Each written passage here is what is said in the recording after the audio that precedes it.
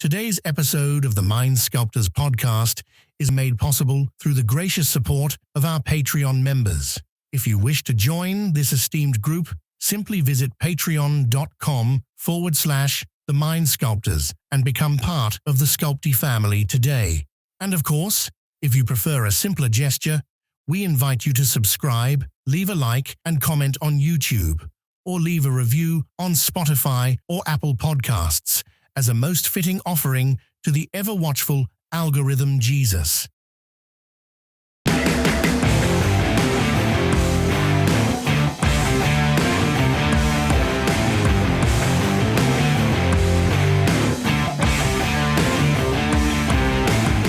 Hi, everybody. Welcome to the Mind Sculptors. Ian and I definitely didn't just spend, 13 minutes. Yeah, 13 minutes talking about Clair Obscur again. And Love Island. Thank you. And Love Island. I think we spent most of that talking about Clair Obscur, gotta be honest. That's fair. We're not going to do a second Clair Obscur episode. Especially because that one would have just been riddled with spoilers. Yeah, seriously. Late Callahan in the game. Yeah, once you get to a certain point in the game, it's real hard not to spoil things. I also will say, and I'll be transparent with the audience,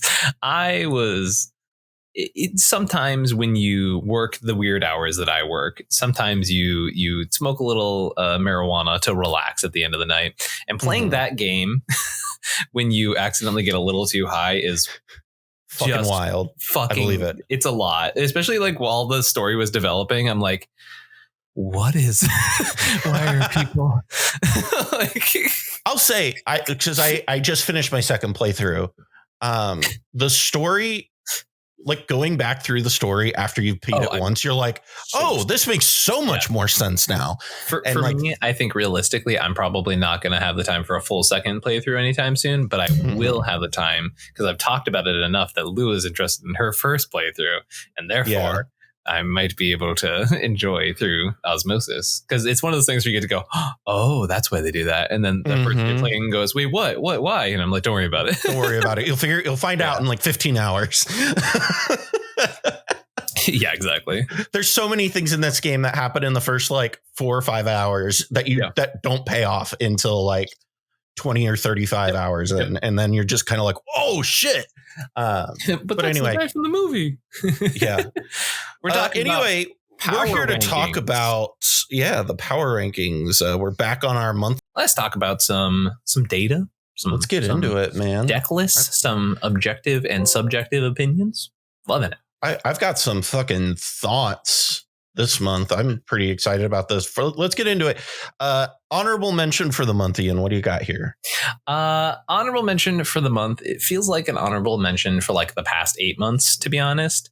And that's Flip Heliod. Heliod, the Warped Eclipse, or Heliod, the Radiant Dawn.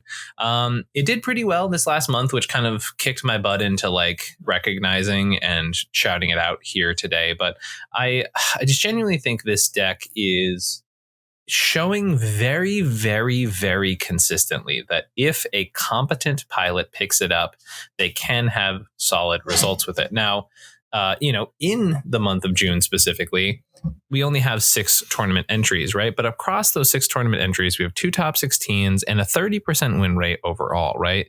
When you combine this with the past, several months it does have like one of the highest conversion rates. The pilots are not too many, right? There's not like dozens and dozens of pilots every single month, right? But there are enough pilots where it's like this deck is consistently hitting 30% conversion in a lot of circumstances. There was a period of time where if you did the 6-month filter, it was Heliod had like a 46% conversion rate. And so like it was at a point having a higher conversion rate than Blue Farm, right?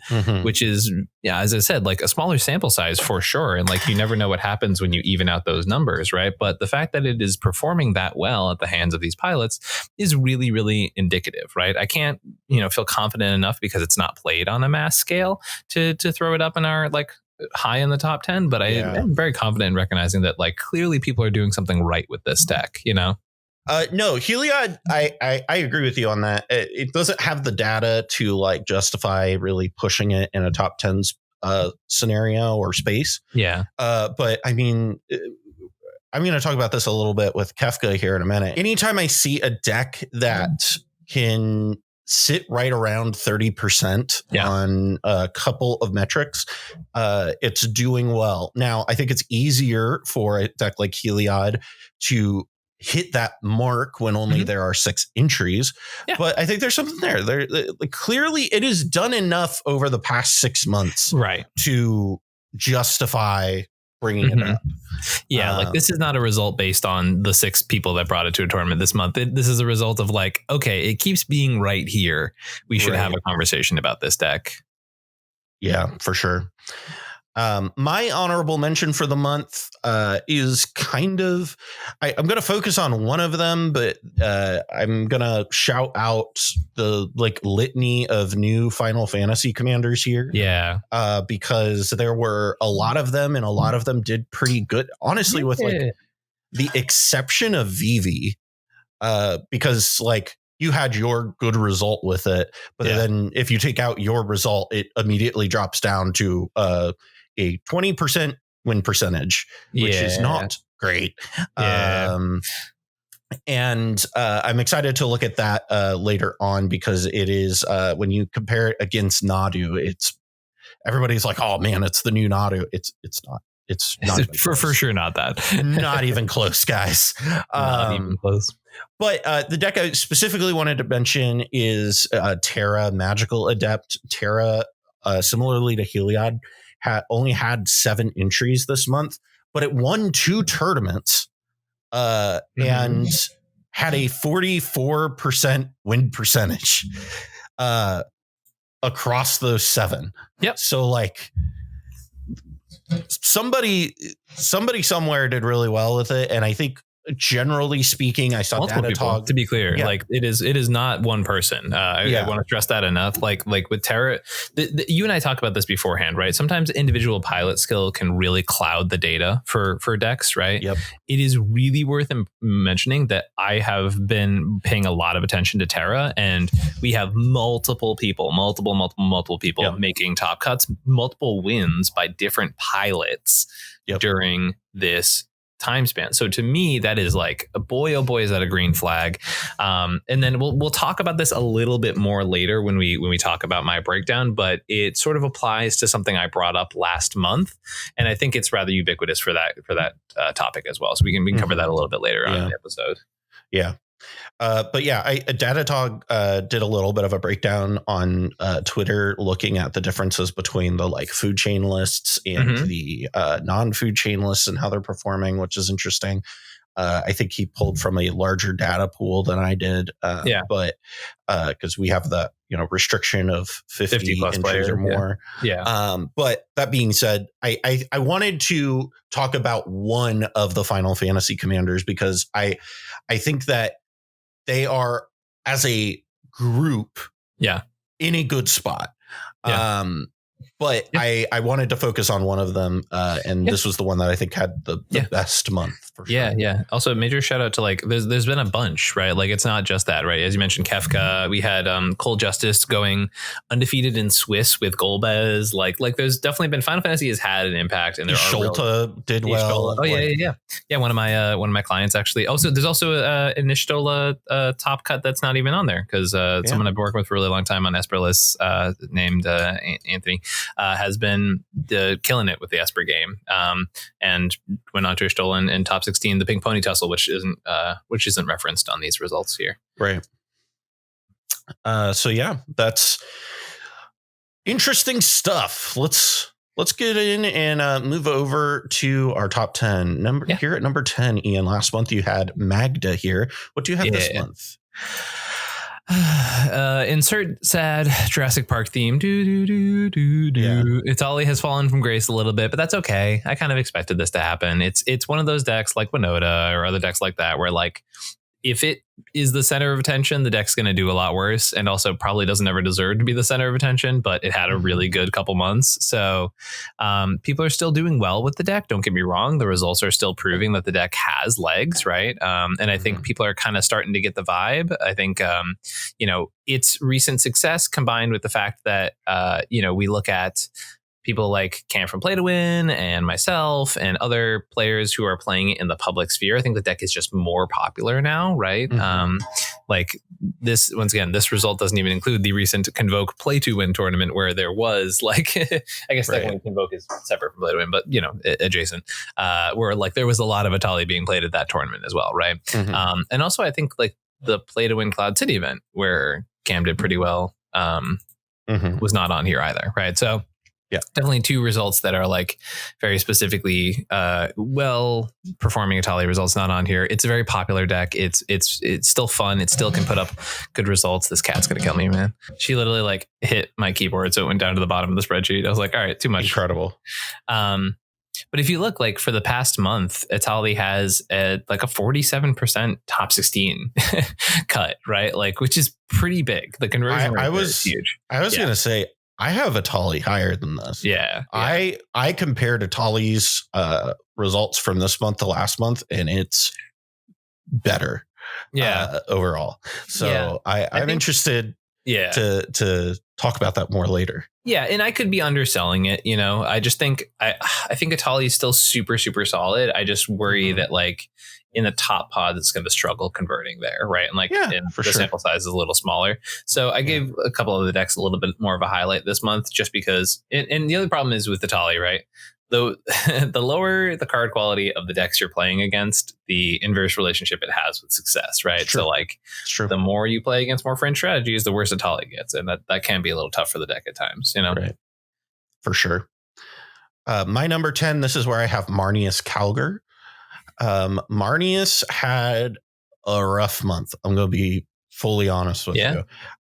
It didn't have a great month last month.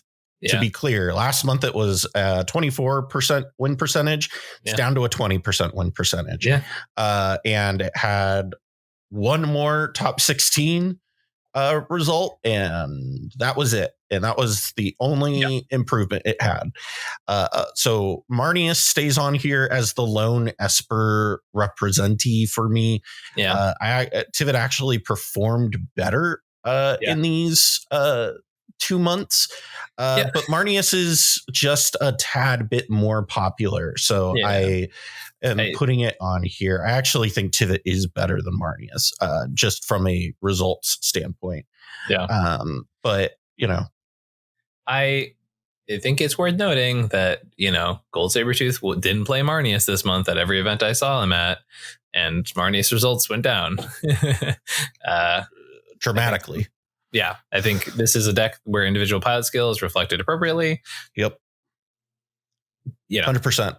That's why I have it at 10. If next month it doesn't recover, gone. Gone. Number 9. What do you got here, Ian? I got to shout out the Frog Boy, our little friend Glarb. It's doing okay. You know, it's got like a 25% win rate overall.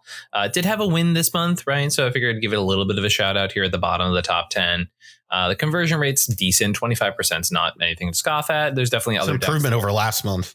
Yeah, there are other decks that are converting harder, right, and converting better. But I also think like, I don't know. I still think Glarb has a lot of potential. There's a bunch of other mid-range piles that I believe in a lot less, right? So I just shout out Glarb. I think there's other decks that like have comparable results for this month, and that you could easily put in the spot I have Glarb in here. But this is me more saying like I still very much believe in Glarb, and I think it's a better deck than people give it credit for. Super fair. My number 9. This is actually, speaking of the double, this is where I have Malcolm Vial Smasher at. Oh, okay. Malcolm Vial Smasher had a pretty good month. Had a win. Had a above 30 win percentage. Above 30 top 16 percentage, which is good. Usually those two numbers are generally reflective of each other. Not always. The big thing for me that I feel not great putting Malcolm Vial higher than this is that it's a peak and valley deck if I've ever seen it. And just to give you an example of this, last month it was under 24% win percentage. So like and didn't have a win, didn't have any top 4s. Yep. Only had 3 top 16s. Yep. So like this is why I'm like, hey, it did good.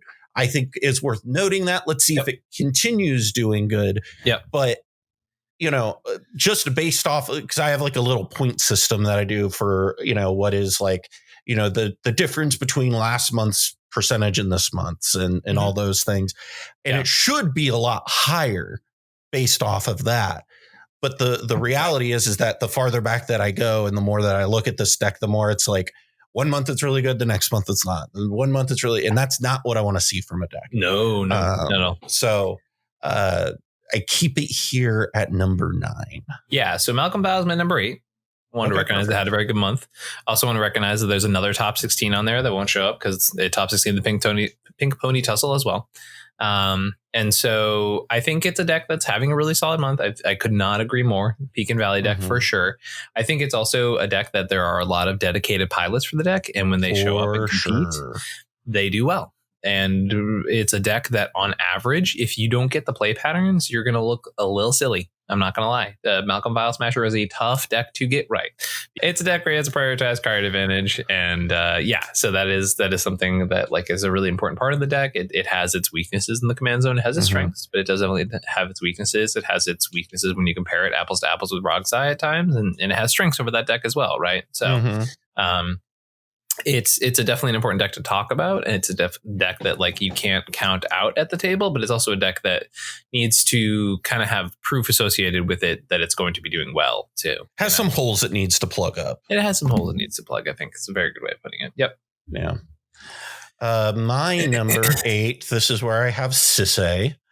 Okay. Exactly where I had it last month, believe it or not. Yeah. And part of that is, so your win on Sisay isn't here because Pink Pony Tussle did not report to EDH top 16. So that is important context. But if I remove your result, it's fine. It actually did worse than it did last month, believe it or not. Yeah. But, overall, I think where I'm at with Sisay is I think that it has some questions it needs to answer as a deck. Yes. I think you took some strides in answering those. But, I also am able to recognize that I'm fairly confident I could hand you a roll of duct tape and you'd at least top 16 with it.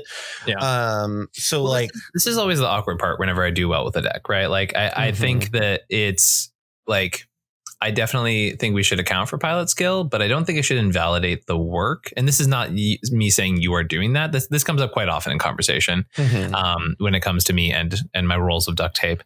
But like Sisay is one in particular I do want to highlight. And honestly, Sisay should probably take the spot of Glarb in my top 10, if I'm being honest. But I do think the work I specifically did in Sisay was 100% proof of concept that validated itself immediately, right? Like not always when I work on a deck am I like, oh, hey, I think the work definitely put in exactly what I needed it to. In that deck, it did. And I think that is something very...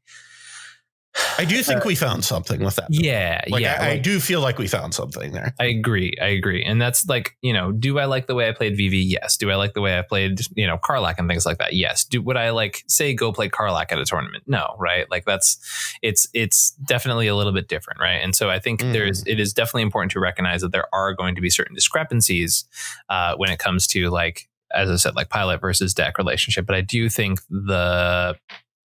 I am very convinced, and I'm not always very convinced, but I'm very convinced that in this particular instance, I feel very good about the optimization potential of Sisay that the work I did put in. And I'm very excited to see other pilots try it. I have a feeling it will be foreign at first, and I have a feeling some people are going to be stubborn about it because Sisay is a passion project for a lot of people, right? But I would highly encourage longtime Sisay players to try those modifications for sure. And I don't usually go on that soapbox, but in this particular instance, I think it's a deck where people are very hesitant to change, and I think the changes were immediately proving the things that I was concerned about with the list and worked for exactly those purposes, And that's why I have it here is I think that like I think that there is potential with the list. I still think it's very good. I think even the other versions of the list can work. I think that they need very specific conditions to work.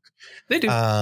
But like, I do think, generally speaking, I do think that, you know, with working on that list, I think, you know, there was some amount of like light bulb moments when working on that. Yeah. And I think people saw that when they were watching our episode too. I got a lot of comments talking about just like seeing the progression between like our episode to your episode you did on it. Yes. And they were like, seeing where our thoughts went as we went was like really important and good for that. But yeah, I think Sisay's good. I don't know that it's quite there yet.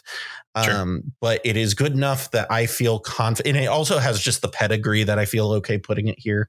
It's, you know, for months and months and months, I've said that for Tivit, you know, one of the longest running decks on my top 10. Spoilers isn't here this month. And, you know, Sisay, I think, has earned through over the course of, you know, multiple years being here.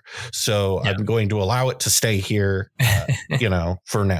Very fair. Moving on up to number 7, Ian, you had Atali here last month. What do you have here this month? I have Roxai here. It's moved down a little bit because it had a pretty bad month. I think it's still a good thing to be putting pressure on the format right now. I think that's pretty necessary given the modern metagame.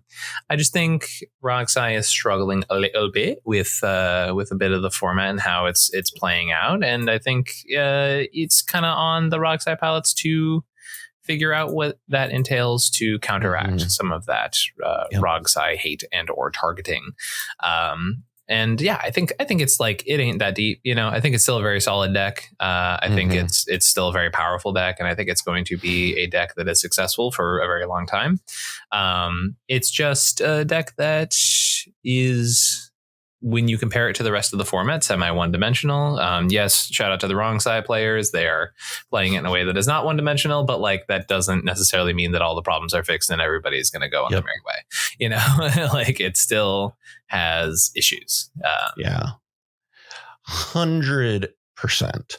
The regression on this list is actually staggering. Like it dropped 7 percentage points in its overall win percentage, and dropped, I think this is the awkward part, 12 in its top 16 percentage. The awkward part about talking about turbo sometimes on this show is that like I think we have to disclaimer every time we talk about these decks is that like these decks are micro decision decks, right? Like I cannot tell you how many times I won a turbo game because I specifically sequenced one spell before the next spell, before the next spell, before the next spell. And that progression of plays allowed me to make a bolder claim, right? That the ability to make the right call of what to demonic tutor for, the ability to know that if I play these in this sequence, it's actually a turn 1 necropotence as opposed to a turn 2 necropotence. You know, little things like that. And I'm not just talking about Roxai in particular. This will come up later in this episode as well. But like the difference between mulliganing these decks, and honestly, I think that's like one thing I've noticed in coaching a lot lately is like when I've worked with players on turbo decks, it's different than when I work with players on mid-range decks, because a lot of the mid-range stuff is like, go get a draw engine, establish your game plan, eventually go for A plus B, I win the game, right? But when I work with turbo players, I'm like, okay, here's, you know, I can name 15 places in which you mis-sequenced, right? Because this is why this would be optimal. This is why, you know, and it's not necessarily like the gray area things, like pretty black and white stuff, you know, because I think it's hard, right? It's hard. I'm going to talk about another turbo deck a little bit later that's also just hard, right? And so I do think it is a case of like anytime we talk about these decks, we kind of have to heavily imply, if not explicitly state, that like the top percentage of playing these decks will always be difficult to get to, right? It is a mountain to climb. Yeah. I also have Roxai here at 7. I think the biggest thing that I think is strange with it, and I think demonstrates, I'm trying to word this correctly. It demonstrates the delineation between Storm and Turbo. Yep. Because Storm decks did really well this month. Mm-hmm. Turbo decks did not. I think that is a very important delineation because you'll look at like I think the impulse is to look at Rogsai or Malcolm Vial Smasher in Etali and Ral and kind of lump them all together. Yeah, but they are so different. They're very, very different. Like the way Atali and Ral play is vastly different than the way Rogsai plays. And or even Vivi plays, right? Like Vivi plays closer to the Ral Atali, method than it does Rogsai. Yeah. Like even if we boil it down to a very basic level, right? We talk about this idea of like your life total mattering, right? Like I can't tell me how many times it's in like Atali or whatever, or Ral, where someone's like in Ral like a little bit because of the coin flips that can go bad. But like most of the time, someone attacking you 3 or 4 times on Ral is not going to matter. Right. Like unless you're like me and have historically bad coin flips. And like when you play against Rogsai and Malcolm Vial and decks like that, like you can pressure their life total and it can be very, very real, and I think that's actually kind of important to think about when we're analyzing these types of things too, Yeah. Well, and I mean, and that's the thing with it where I thought that was a very interesting note when I was looking through this data yesterday. I was just like, wow, Storm decks, good. Turbo decks didn't do well. And I think there are play pattern differences between them that play into this mid-range hellscape, right? Differently, right? I think they manage those things differently. And like we've talked about this before, right? Where like a Rogsai will go up even if there's like a Marneus at the table, right? Like the dynamic of what is happening at the table immediately shifts.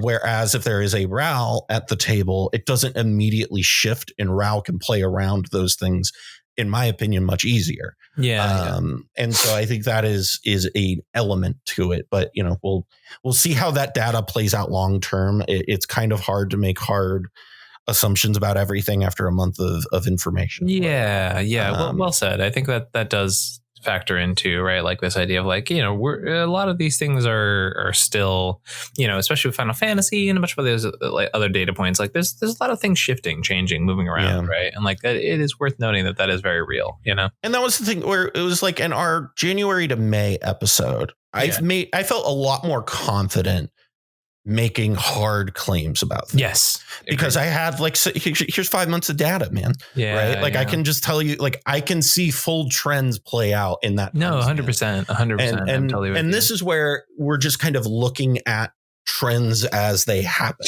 And I think that's an important thing to look at there. So we'll see how this all plays out in the future.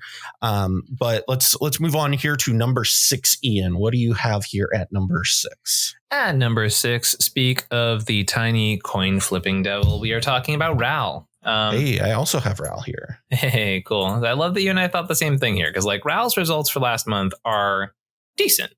They're not great, overwhelming. They're not they're fine, powerful, but 2 top 4s with it's like a 10% top 4 ratio, which is like fine. That's like around average. And a 36% top 16 ratio. And what's good, this is not including a data point of Pink Pony Tussle, where we had another player who top 16 with it. I think this deck is very, very real.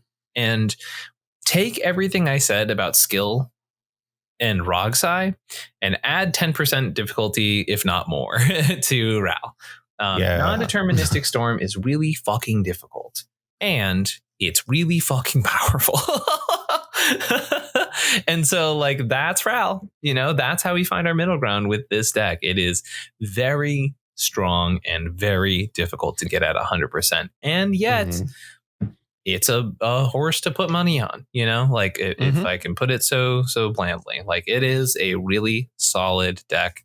It can threaten. I mean, at the Pink Pony Tussle, I saw someone win turn 1 with it. Turn 1. Some players did not get to untap their first turn of the game because they just had it, like pretty damn good. It's like, yeah. So real shit, like real shit. I am when I originally did my first draft of my top 10, I had Ral much lower because I'm still not sold. Sure. On the numbers. The numbers are good. They're not great. They're good. Being around 30%, like, these are good numbers. These are very good numbers. I'm still not seeing a lot of wins on the deck, which I think is notable. I mean, outside of Blakey, sure. Yeah. Yeah. and that's kind of what's holding me back on it is I'm like, okay, it's doing good for the first 6 months. It didn't really have a lot of results. So that held me back there. Last month to this month, it did regress from last month to this month, but it did have more entries. So you kind of expect to see that little bit of a regression there. Yeah. But it was not a huge regression. It was only like a 3-point pull. And I'm okay with that movement when you add in double or actually triple the entries. I'm much more okay with that regression. So I want to see what it does moving forward. But what it came down to of why I have it here at 6 is when I looked against everything else that I have below it, I was like, shit, I can't rank this below Rograkh. I can't rank this below Sisay or Malcolm or even Marneus. Like, I just think that it's performing better.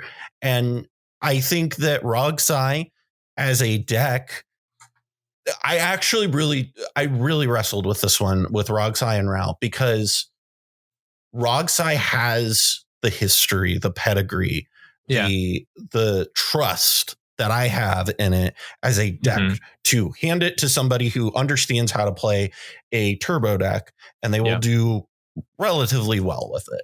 Right. I have not developed that yet with Ral. And so that was kind of my pull, but the regression that Rograkh had this month is really what it did for me. Yeah. Because pulling back double digits in any point spread is notable. And so that kind of did it for me. So that's why I have Ral here at 6. Number 5, I imagine, is going to be different because I have something you ranked lower at my number 5. What do you have here at 5? I have TNT. Okay. Thrasios and Timna had a good month. Did. If there is a air quotes top deck in the format that I'm having trouble believing in, it is also Thrasios and Timna. Yeah. Because the weird part is it's got 2 wins and 5 top 4s this month, which is fucking insane, actually. Like, that is tied for second best for the month. And also, it has a 23% win rate compared to the other deck it is tied with, which has almost a 30% win rate. I think there's even more notable about this is it has a 14% top 16 percentage. Yeah. Which I think is the really staggering. That's actually fantastic. Yeah. Thank you for bringing that up because I completely agree. I think it's like we were talking about how Rograkh had a really bad month and it had a 17% conversion to top 16. And so Timna Thrasios is really being held up by the top of the pyramid and really being let down by the bottom of the pyramid. I think there's a huge part of that goes like TNT is so generically good stuffy that it's so easy to convince someone to pick up and play and be a new player on this deck. I think it is very, very, very, very easy to get bad results with this deck because it's so easy to pick up as a new player. Yep. And also, I think the potential is very obviously clear. Yep. So I just think like if you're going to play a generic Timna pile and you're a new player, probably safer to start with Blue Farm. Yeah. It's just safer because the deck is more consistent for new players, right?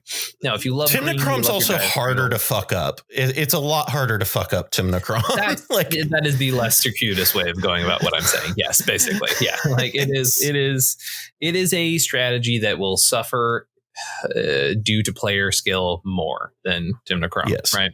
Timnachron is really sometimes just putting it on easy mode, and that's okay. Yep. That's how that deck works.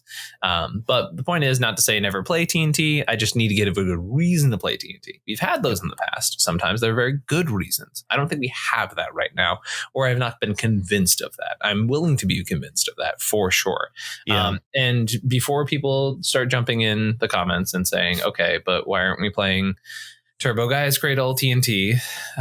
It's hard. It's really hard. There's a reason people aren't doing it. There's a very explicit reason people aren't doing it, and it's because the Turbo Gaia's Cradle strategies are explicitly designed to maximize in scenarios in which you are making less colors. And by adding a fourth color to your Thrasios pile, you are therefore diversifying the mana base so much that you are stretching in multiple directions. Here's the thing that I feel like we've talked about this some, but I really don't think enough people have internalized this yet. So I'm going to keep saying it until I feel like people have, is these Turbo Gaia's Cradles decks are functionally 2-color decks. Yeah. Like they are functionally 2-color decks. They have like maybe a handful of at most of the third color, right? I think like the Sultai version is the one that runs the most in the third color, and it's like tutors. So it's like the problem you run into when you introduce a fourth color, specifically black, into that scenario is there's a lot of staples that are hard to cut from that list, and that takes up space in your deck. And that's really hard to justify when you could go down, have a lower cost commander, and your deck just be more efficient. Like that is what it comes down to. I'm not saying you can't do it. I'm just saying it's hard to make some of those internal deck building decisions where you go, I'm not going to run Imperial Tutor or Imperial Seal, because it's really hard to convince yourself not to play that. Like that's just what it comes down to. No, I completely agree with you there. Yeah, absolutely. My number 5, this is where I have Atali Primal Conqueror. I have Atali much higher than you do. Yeah. And I think in part that is because I saw it do some micro improvements that I really like. Its overall win percentage went up 3 points from 26 to 29. That's a good move. The big move that I saw was so its top 16 percentage last month was 208. This month it was 474. It doubled. So that to me was a huge indication of something is working really well. When you have two results where overall the results from last month and this month look mostly the same, that's the big different, like the big sticking out point. And to me, that is a huge improvement. And that tells me something somewhere is working. And I like what I'm seeing from Atali right now. I think it plays really well into a mid-range meta because, as you have said, the better the cards are in your meta, the better Atali plays. Now, I do think if this insurgence of Ral and Rograkh starts to eat up more of the meta share, I think that Atali might regress a little bit. But I don't right now. Their meta share is like fucking what? So we have Ral with 1.73% of the meta share, which is nothing. And we have Rograkh with 2.5% of the meta share. I'm not real concerned about that right now. Especially when, a quarter of our meta share is made up of Timna, Kinnan, TNT, and Rograkh. And those are all decks that Atali is like A-okay with seeing at the table. So like, they're like, I think Atali's in a great spot right now. And I think it's performing perfectly well. And, so I have it here at 5. I like what I'm seeing from Atali right now. So we'll see if it keeps it up. Moving on up to number 4, you had Rograkh here last month. It's obviously not going to be Rograkh there this month. What do you have here this month? That's where I have Kinnan. I think Kinnan is perfectly fine right now. I think I'm not like, I don't know. It's doing fine. Maybe a bit of it is I've lost my spark of joy when looking at Kinnan lists lately, because they all sort of just look like the generic copy heuristic study variations of the deck, right? But it is what it is as far as that aspect of everything is concerned. I think it's definitely a solid deck right now. I still think it like puts up great results. I think Kinnan's still an inherently powerful commander. I think that the results still speak for themselves. Like the deck still does fine. It's not like killing the game. We talked about the skill cap, skill ceiling, all that kind of stuff. I think like if anything, the floor is evening out on it a little bit. Like 26% overall is actually pretty good for Kinnan historically speaking. The top 16 conversion is a little rough, but I think that's just, once again, it's a deck that people get suggested as new players quite a lot, right? Like I can't tell you how many times I've coached people who are just starting out on Kinnan. And so, I think that's a big part of it for this deck. I think Kinnan's still solid, though. Still a very good deck. I think it's going to put up plenty of results. I don't think there's like... Just keeps winning is really what it comes down to, right? What? It just keeps winning. Yeah, it's just solid, right? Like it's a solid bread and butter deck at this point, right? Like it is a deck that is doing well. Good pilots are playing it to good effect. That easy, Yep, for sure. My number 4, this is actually where I have Thrasios and Timna. Thrasios and Timna, much like what you were saying, is in a weird spot right now. I fully agree with everything that you said.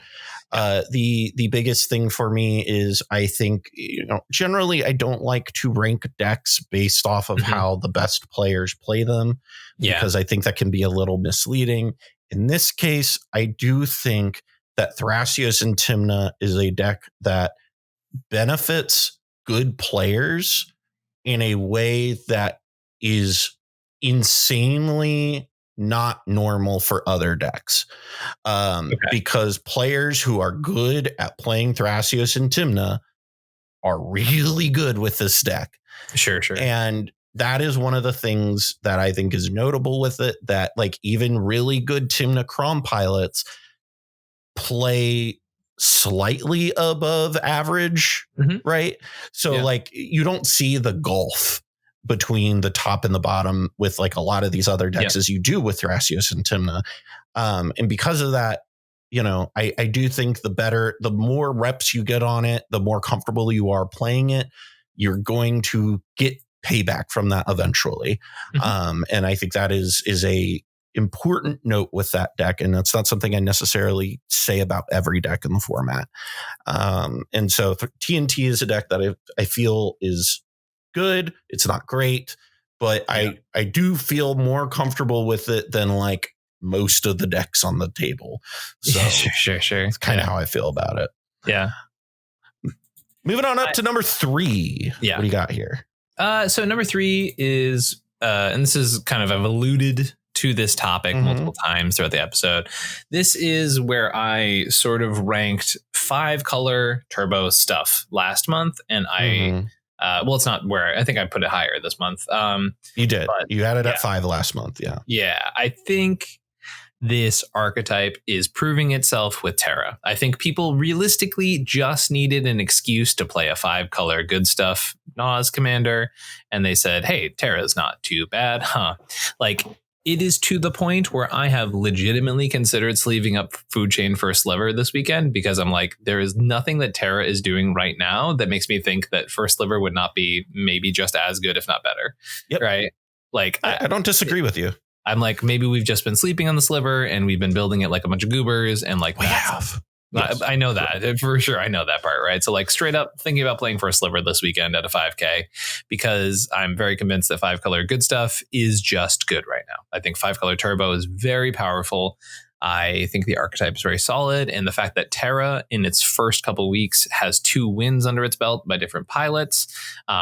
Some pilots were leaning more into the food chain stuff than others. Some pilots were even playing like synergy based enchantment Terras, right? And like for those pilots alone, I think like that is even more reason to play a Terra, right? And there are benefits playing Terra, right? You get your Fierce and your SWAT and things like that, but I found that when I was messing around with these decks, I didn't really care that much, right? Like I was just more the case of like, I'd rather win before that becomes relevant. Is kind of how I kept approaching it. kind of felt the same way when I was goldfishing some of these. Yeah. And so like, I think these decks are very powerful. They obviously have all the options available to them. And I think they take really good advantage of the fact that they have all the options available to them. So all this to say 5-color generic good stuff, but specifically this month wearing the hat of Terra, I think is very well positioned, and it's something that I think is really interesting to pay attention to. So we got start to get to like some of these sweatier events, you know. Yeah, no, I fully agree. My number 3, this is where I have Kinnan. Kinnan, I don't know, have a ton to add about Kinnan. It's a deck that I think operates along averages a lot more than people are comfortable to admit. The difference for me is that once it gets into a top 16, it does significantly better than most decks that operate. It converts upward really well. Yeah, you're definitely super right about that. Yeah. And I think that is something that is notable with it is if you are good enough with the deck to hit a top 16, I feel pretty good about your odds making it to the finals. And so like that is, quite frankly, I don't feel that way about Timna, right? Like I think Timna is really good in that if you're really good, you have good odds to make a good run, but past like a top 16, a top 4, a win is where it gets a little bit more murky. Whereas Kinnan, I'm like, I feel pretty confident that if you're a good Kinnan pilot and you get to the top 16, you have a pretty good chance to win that event. Yeah. It's kind of generally how I feel about it. So that's why I have Kinnan here at 3. Okay. Let's just save ourselves some time. Do you have Rograkh at 2 or do you have Timna at 2? Rograkh. Okay, so we're in agreement. So I've Rograkh at 2 and Timna at 1. What do you want to say about Rograkh? I don't want to waste people's time on these because we say like the same thing every month, basically. Yeah. With Rograkh being the newer of the like additions to this up here, so maybe we spend more time there. But what are your thoughts on Rograkh overall? Tap Cradle, good. No, I think realistically, I think Rograkh is very powerful. It's the flexibility of the deck that makes it very powerful. And we're going to talk about this with Blue Farm as well. But if I'm going to do the elevator pitch of like why play Rograkh, it's because you always, as a smart pilot, can win with the deck. You also can win as not a smart pilot with this deck. And I think that's really powerful in general, which is kind of like what we go about with Blue Farm sometimes. But specifically with Rograkh, you can crunch the numbers really well. And you can just find yourself in scenarios where you are likely to win the game because you didn't push at the right window and you pushed at the right window, or vice versa. It is a deck that can go fast and can hang with the longest, grindiest decks in the format.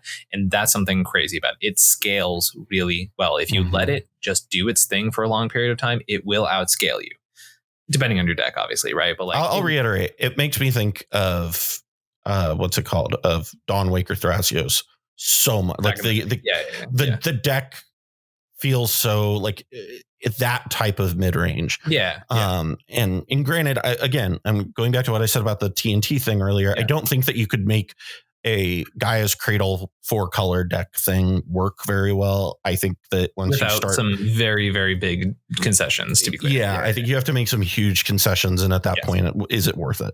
And Rograkh to me, just like, God, I love this deck so much. Every time I goldfish a Rograkh deck, I feel something awaken inside of me. And I can't tell you how dumb I feel as somebody who like spent a little bit of time like brewing this and like looking at decks. Like I'm always on the outskirts of looking at this deck list. How dumb I feel. And I'm sure other people feel this way too. When Sam Black walked in and was like, hey, why don't we play a Boro Breeze Caller? And I just was like, great question. Oops. I don't know. It is so fucking obvious. And I've never felt dumber in my entire life. And Rograkh is just that innovation feels very like single-handedly like it has changed the game in the format. Agreed. I really like where Rograkh is at right now. I'm with you. Timna, we've spoken highly of Timna for like 2 years at this point. What more do I need to say about this deck? Deck good. Deck good, deck easy, deck win for you. Like that's Yeah. I think if we were to take a moment to like mention why, like it goes back to that pivot, right? The ability to pivot between game plans is so big, and it's something you have to recognize and respect when we look at a deck like Timna. It can be the grindy deck, it can be the fast deck if you build the deck correctly, and it's important to recognize that it has both those capabilities, right? Yep. It does everything really well, and it's kind of annoying actually, but is what it is. Timna ban win. Honestly, a Timna ban would be fucking great. I think our format would look a lot more interesting, but that is a different conversation. Anyhow, so this was an interesting top 10. It's good to see exactly where we have things, good to be back in the saddle doing these on a monthly basis. Generally, what is your thoughts about, at these events that you've played over the past month? What are your thoughts on like where the format is and how things are feeling? Format feels great. I have no complaints, honestly. I have played multiple tournaments in the past couple months. I'm not feeling any certain way about different play patterns because, like we called forever ago, the metagames adapt, right? So people were doing the mid-range hell thing. Big shout out to the fact that the MSTRA IPGA or the MTRA IPGA had the addendum with the 20-minute rule timer at the end of rounds. I think it's fixed a lot of problems people had with the format. It's making it so that people can't just sandbag until a draw happens. I did play at the Pink Pony Tussle. They did a 3-hour time limit on the top cut as well. And you know what? We didn't even come close. So it was great. I think it's perfectly reasonable to add addendums like that.